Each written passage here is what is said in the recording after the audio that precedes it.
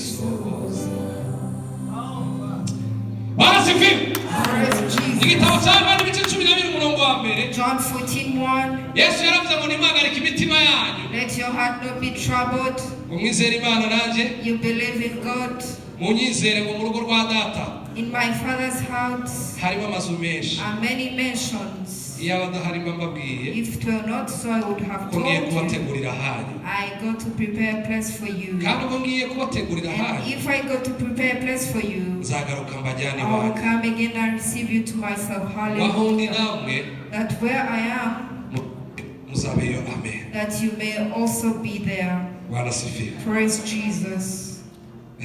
Abakorinto ba kabiri ibice 2 umurongo wa 8. Corinthians 2.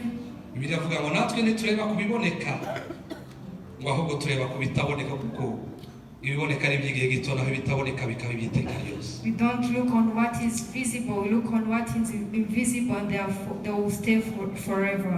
Bwana sifiwe. And we praise Jesus. Tuchari kumuvuge ngo amen. Are we still together? Twongere ngo amen. Hallelujah.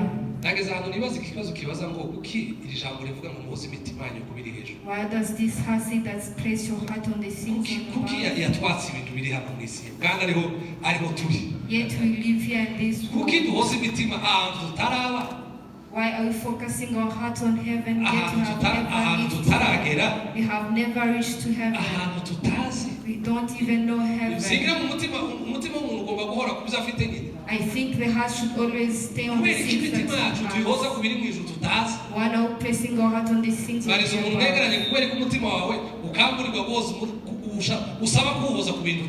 Why should always sit your heart on the things that have never come?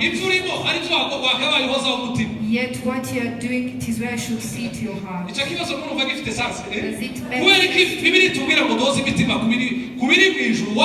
Why does the Bible ask us to set our heart on the things on the above? It is for everlasting. And we are for eternity. Ishimiye kuza kubona Yesu uguza ugarutse kujyana uguza ugeze mu bicu kanje mite usanga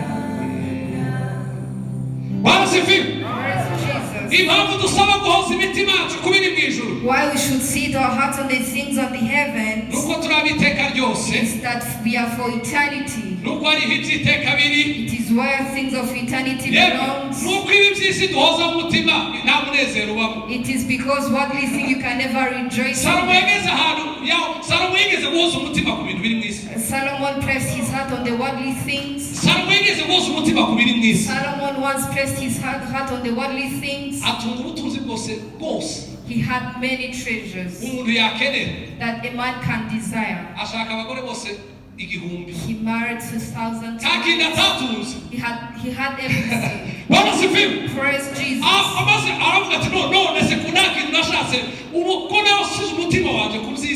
Then he said that I have everything. I placed my heart on the worldly things. I had given my heart everything. Nothing that I desired I had missed. Yet I have looked for them.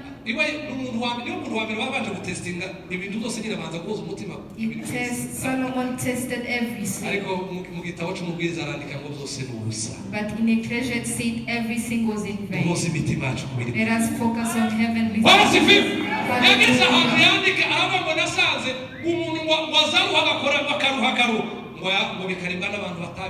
He wrote that you get tired, but people are going to consume the thing that you have worked for.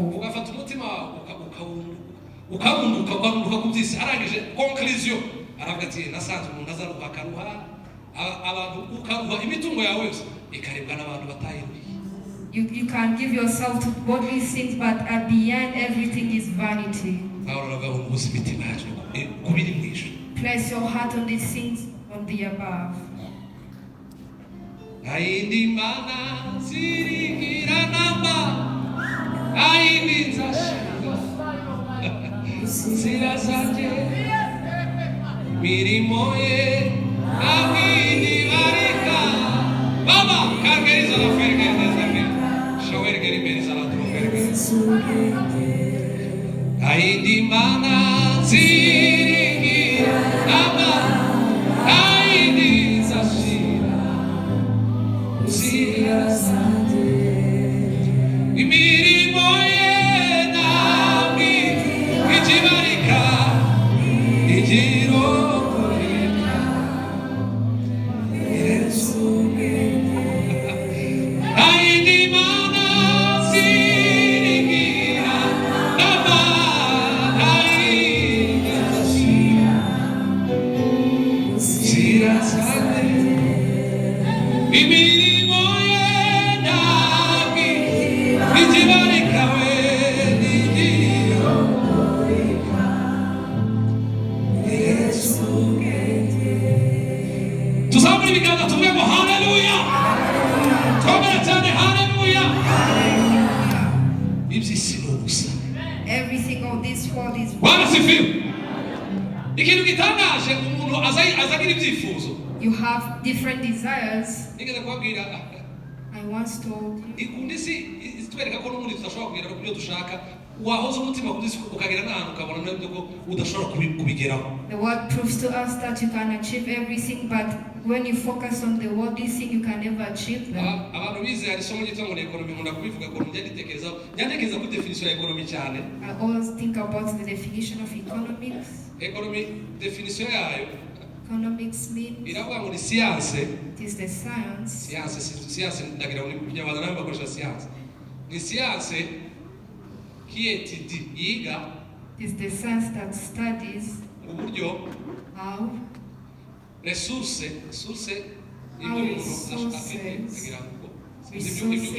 the things that a man needs. resources ziri limité Resources which are limited. What you can accomplish have the limitation to fulfill the desires that does not have an end. That is the definition of economy. It is how you study.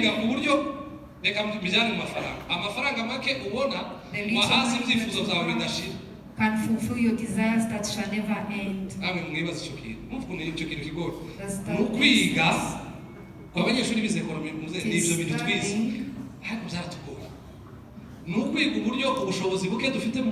How the little money that you have.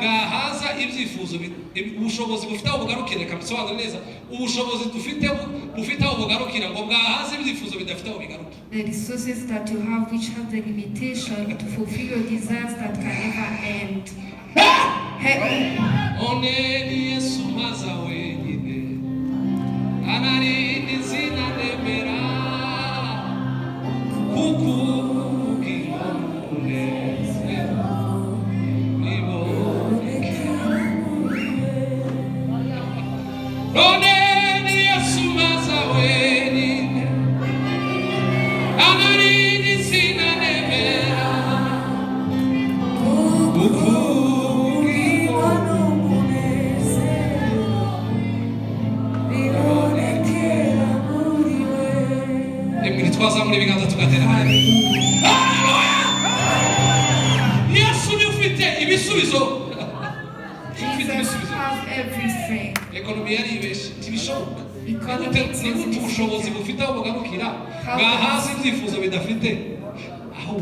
How does resources with a limitation can fulfill desires with no end? Jesus only can fulfill desires.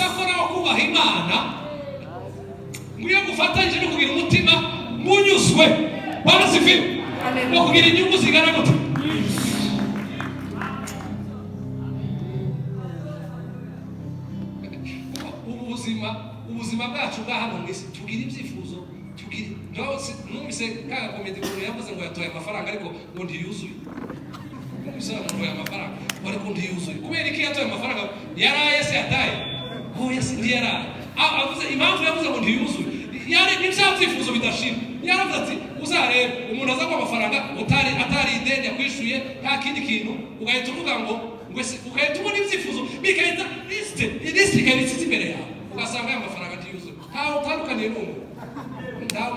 This life has endless desires. These are the endless desires. Praise Jesus.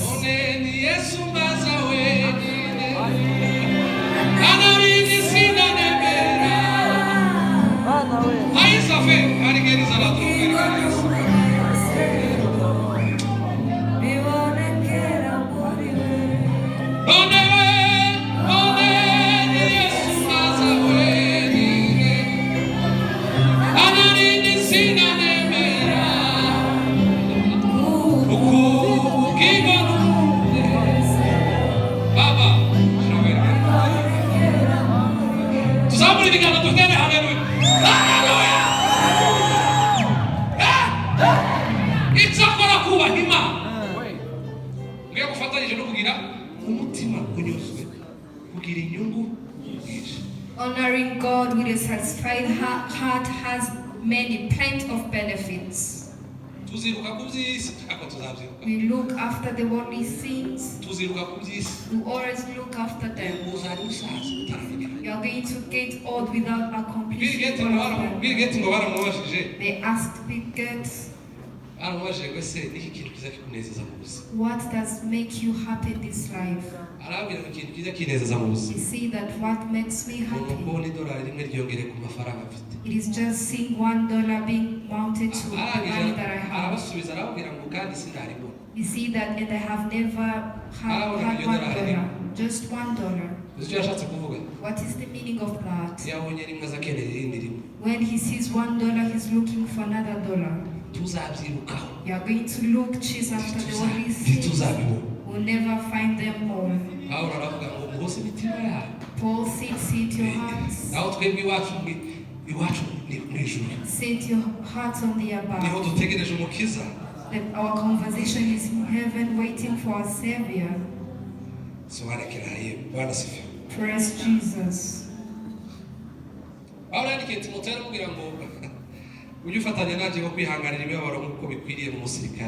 said to Timothy, "Now therefore in your hardness as a good soldier of Christ."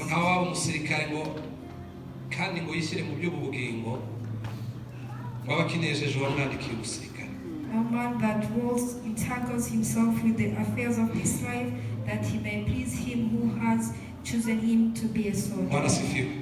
Praise Jesus. Let us stop from this scripture.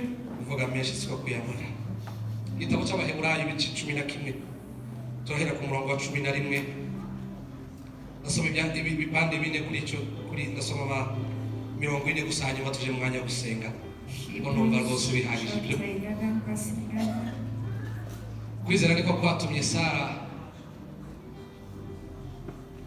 13 please. Abo bose bapfuye bakizera batarahabwa ibyasezeranijwe. All those people are still living by faith. Jambo ryantangaje ngo ahubwo babihoraga biri kure cyane bakabyishimira mwumve. Bakavuga ko ari abashitsi nabimukira mu isi. 14 abavuga batyo baba berekana yuko bashaka gakondo. Haleluya. 15 iyo baba barakumbuye iyo bavuyemo, umve ngo iyo barakumbuye iyo bavuyemo, gakondo ya mu byaha baba barabonye uburyo bwo gusubirayo. 16 ariko noneho barashaka gakondo irushico gihugu kuba cyiza ngo ari yo mu ijuru. Nicyo gituma Imana igakorwa n'isoni zo kwitwa Imana yabo kuko yabateguriye umudugudu. We are going to conclude from the book of Hebrews chapter 11 from 13 up to 16. Praise Jesus. Imana ibahe umugisha. May God bless you. Reka turekere aho ngaho. Let us stop from here. Reka dukomere ijambo ry'Imana.